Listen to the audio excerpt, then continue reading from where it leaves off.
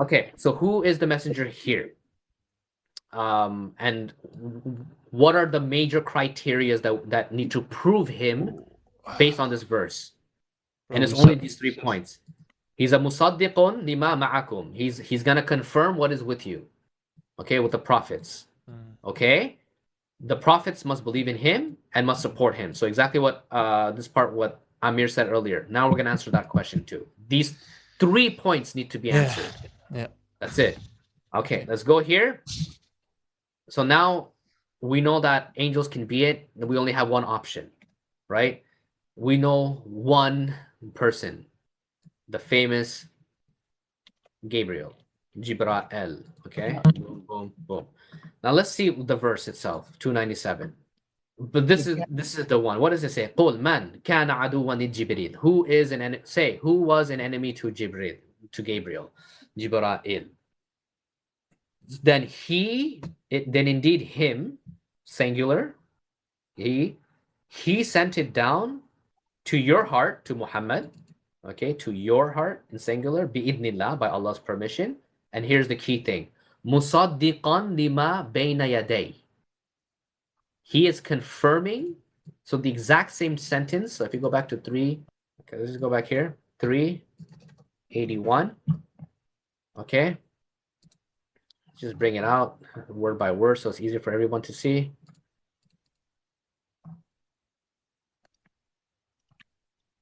Okay, so here it's musaddiqan. Okay, this is just in the accusative case. Okay, qan, and here is musaddiqun. Okay, it's just in this. It's the same word. It's the exact same thing. Just one is being adjectivized, and the other one is actually one is in the nominative case, and the other one is an. Okay, so anun, but it's the same word. Okay, musaddiqan lima bayna yaday. Now this same sentence, lima bayna yaday. Okay, so here, that which is between both of his hands. This is the literal translation. Okay, that for what is between his two hands in dual. Okay, Muhammad's hand. So that means he has what is in front of him. But this also means is an expression in Arabic that what was in the past, what came before it. This is another way that is always said in the Quran too, in many places. So it's actually a dual sentence here. So it means what is between his hands or what came before it, and as a guidance and glad tidings for believers.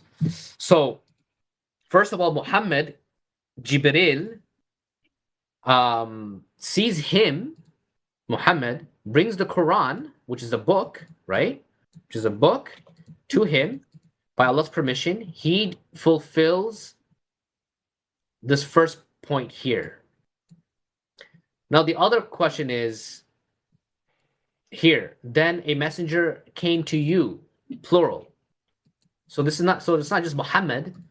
He has to, what's the proof that he came to other prophets before him, right? All the other ones. Who are the other ones? We have Muhammad, we have Noah, we have Abraham, we have Moses, we have Jesus. Oh, okay, Jesus is not, this is the one before Muhammad, right? Obviously, we have another verse confirming that where Jesus prophesizes Muhammad, right? Ahmed and all that, right? So the question is, does he come to someone else before? Meaning, does Gabriel, did Jibril come to Jesus? Okay, very important question and this is gonna confirm that he most likely went to everyone else, and the answer is obviously yes, right? Everyone knows he's the ruh that comes to him. He's the Ruh al-Qudus. He meets him, and it brings us to the famous verse 1919. Okay, so you guys all know this part right here. So let's just go back here, 19. Let's go to a little bit before. There's actually another. Hold on. No, I actually did it wrong. Let's just go back. So Jesus again gets the same messaging. He says the same thing, confirming musaddiqan lima bayna yaday min at-Tawrah. So he has the Injil.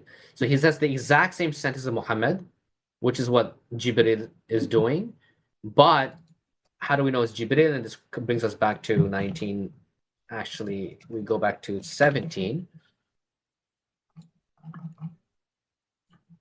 Okay, so famous Maryam, she secluded herself, and then our messenger came to her. فَأَرْسَلْنَا, and we sent. Arsala is like the Rasul, Rasala verb.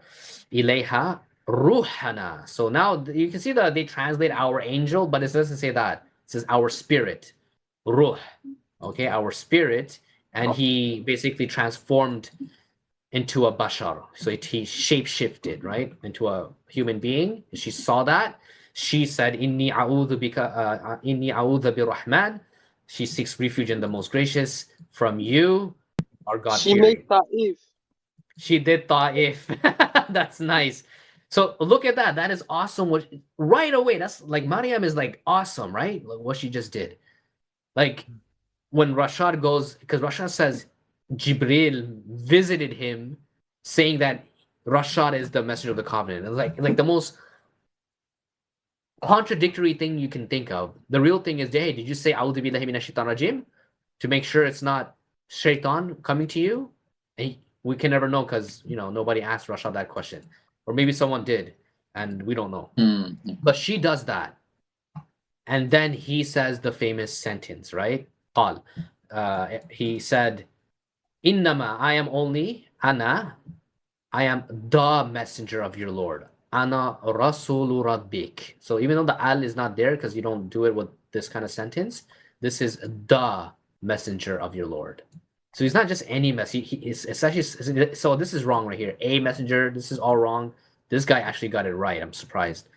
He got it wrong, he got it right, and he's Arabic, so he got it right. Boom.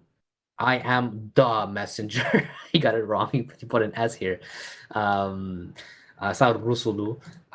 So ana rasulu rabbik. I am the messenger of your Lord Rabbiki to grant you a zakiya ghulam, so a pure boy. Okay, a ghulaman zakiya. And then she says, "How can I have a boy?" So he is the messenger. So Allah confirms that this ruh.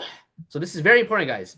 So the questions are more important. So Allah says that he sent a ruh to Maryam, right? Our angel, our ruh went to her, our spirit, right? So it's a ruh. Now the question is, how do we do? Is this ruh an angel? Like, because they're all assuming they're angels, right? How do we know this could be an angel? How do we know that? And we just saw the answer is pretty. When I kind of said the answer technically by saying that, but this is a very important question. He's not a human, exactly. He's not a human. He's not a jinn. We don't. We're gonna know if we're gonna. The answer is gonna prove he's not a jinn, but he's not a human. But he's a ruh. But how do we know this ruh is an angel?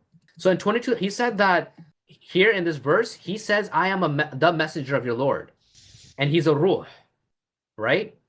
Yeah. In verse 17 or 16, what was it? Verse 17. Here, 17.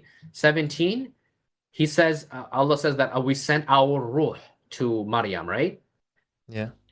And then he now says that he is a Rasul. Yeah. Messenger. And now we saw earlier that only angels or humans can be messengers. True. So therefore, if only angels can be messengers, this ruh must be an angel. Now we know for a fact that he has to be an angel because Allah says only angels or humans can be messengers. But the real point, Ismail, is how do we know this ruh is an angel? Yeah. And he says after that he's a messenger. So that is the key hint that, and 2275 says only angels and humans are messengers. Right. Yes. It can also be human, but he transforms into a human, so he cannot be human. Sorry. Oh, okay. Right? Yeah, makes sense. In Yeah. verse, Now in it verse makes 17, sense. he goes فَتَمَثَّلَ لَهَا Basharan. بَشَرًا سَوِيًّا. Yeah. So he then transformed for her a human. So Yeah, he's true, obviously true. not a human. The other weirdest, not weird, but very strange, or something that's very glaring is this number itself. 1919. Yeah. Interesting. Like Yeah. okay. I remember when I was in the 19 world thing, like remember, Ego. Yeah. Hamza knows very well how deep I was in it back in the days. I used to hear a lot of people like Sunnis, oh, if 19 was really a thing in the Quran, then Allah would have definitely made number the 1919 something special, the verse. And we always and everybody went to the verse, looked at it. What does it say? What does it say? Like, what does this mean? But when you actually realize, whoa, this actually is very important. This is Yeah. very important. And then you have Jesus is the one he's talking. Why is Jesus? Because he's the last one of the prophet of the that line. Maryam Surah. Why is Maryam in here? There's a lot of connections here. This entire surah is gonna be probably level 4 or 5. We're gonna get into it, but it's all interconnected. Okay. Okay, so we know that this is a very important sentence, and this clearly is Jibril, Jibril, and the most important piece between these two is that their time frames are 5. Again, we don't know if this is the right time, okay, but let's just say there is a big gap between them, but there's supposedly at 500. least 600 years of difference because we don't even know if the year 2000 was accurate. You know what I mean? Like Yeah. maybe Yeah. they started tracking Jesus' death 100 years later. You know what I mean? Like we don't know. Allah knows best. But let's just say it is. Then 500 for whatever, even 200 years later, it's a big gap. Jibril comes and sees Muhammad. So he sees Muhammad. We have a proof of Muhammad and Jesus. Two different prophets, same special angel. He's not just any angel, right? He's a ruh now. Jibril now we know he's an angel. So we got his name. He has a direct name. Mm-hmm. We have clear proof, not just from the Quran, but we have it in the Bible. Jibril is in there. They confirm it. He sees Daniel and Jesus. So it's confirmed. Whether we have it or not, it doesn't even matter. We have Allah telling us. But we have another piece of information. He's a ruh. And Allah does not normally refer to him as an angel. But we have this. And now we know Jibril is a ruh / angel because of 2275 connects with. Okay, very this is the reasoning. But right now we're just confirming this part. We did Muhammad, but this is in plural. He doesn't see one, he sees many. So we need to see, do we have proof of that? And yes, we have proof of this. But we also got some new information. We got that he's a ruh, which is a spirit, which connects with angels. Okay, connects with angels because of 2275 and this keyword messenger. Okay, that. So now there's this idea of ruh. Now Ismail brought up something really interesting about being the chief angel. Now the thing is, now that you guys know that, all of us already know so much about Jibril even before that. We just knew he's there, he's in the picture. But the real question is, why is he even in the picture? Allah does he actually have to send him to give the message? He's been in the picture. We always knew this, but we're like, well, why is he always there? And now there's more of an explanation because there was a contract. He's in the contract. Okay, that's one.